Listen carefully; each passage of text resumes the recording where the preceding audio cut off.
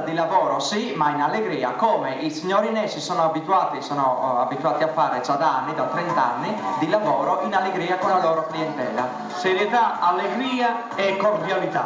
Questo è il ristorante Buonasera, giusto? E allora adesso facciamo un brindisi finale e dal ristorante Buonasera da Glen Osmond Road vi salutiamo e ripassiamo la linea agli studi. Grazie, ciao. Per la prima volta, grazie al canale 6, l'Italian Television of